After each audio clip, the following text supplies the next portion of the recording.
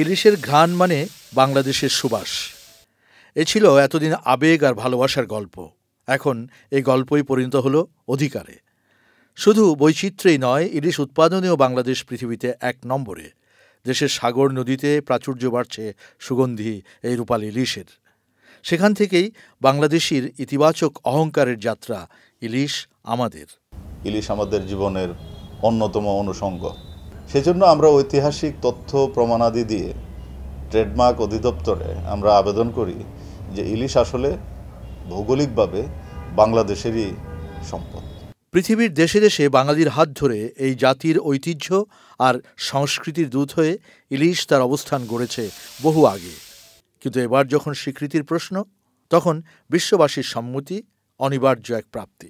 এর আগে তো বহির্বিশ্বে কিন্তু বাংলাদেশের ইলিশটার কোনো ব্র্যান্ডিং ছিল না। একটা ব্র্যান্ডিং করি তো তাহলে বিদেশি ক্রেতারা সঠিক পণ্যটা পাবে। এই সকল পণ্য আমাদের ঐতিহ্য এবং আমাদের জাতীয় অহংকার।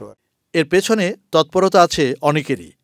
দেশের পণ্যের আন্তর্জাতিক স্বীকৃতি অর্জনে কাজ করে চলেছে বিল্ড ফর বেটার বাংলাদেশ নামের একটি সংগঠন। জিওগ্রাফিক্যাল ইন্ডিকেশন অ্যাক্ট যে আইনের কথা বলা হচ্ছে, সেই আইন প্রণয়নের ক্ষেত্রে ব্যাকএন্ডে আমরা বিল্ড বেটার বাংলাদেশ একটি ভূমিকা রেখেছি এবং সারা বাংলাদেশ ঘুরে ৭০টি বেশি পণ্যের তালিকা করে আমরা মিনিস্ট্রিকে হ্যান্ডওভার করেছি এবং যেই তালিকা অনুযায়ী এখন রেজিস্ট্রেশনগুলো হচ্ছে। প্রথমে জামদানি, পরবর্তীতে ইলিশ মাছ এবং আরও সামনে আসছে কিছু পণ্য। শুধু পদ্মা মেঘনা নয়, ইলিশের মূল ঠিকানা এখন বাংলাদেশ, যেখানে বছরে পাওয়া যাচ্ছে ৫ লাখ মেট্রিক টনেরও বেশি রূপালী এই ইলিশ। উৎপাদনের এই হার বাড়ানোর প্রশ্নে আসছে নতুন উৎসাহ, নতুন তাগিদ। এটার আপনার দীর্ঘমেয়াদী একটা সুফল আমরা আশা করছি যে শুধু বাংলার জনগণই পাবে না, এটা জিওগ্রাফিক্যালি এবং ওয়ার্ল্ড ওয়াইড এটার একটা সোশ্যাল এবং ইকোনমিক ইমপ্লিকেশনস ইতিবাচকভাবে পাবো আমরা, এটা আমরা আশা করছি। ইলিশের বাজার এখন তুঙ্গে, দামও সস্তা। এর মধ্যে এসে গেছে শুভ এই বার্তা।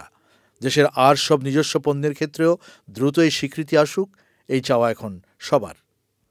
শাইখ সিরাজ, চ্যানেল আই।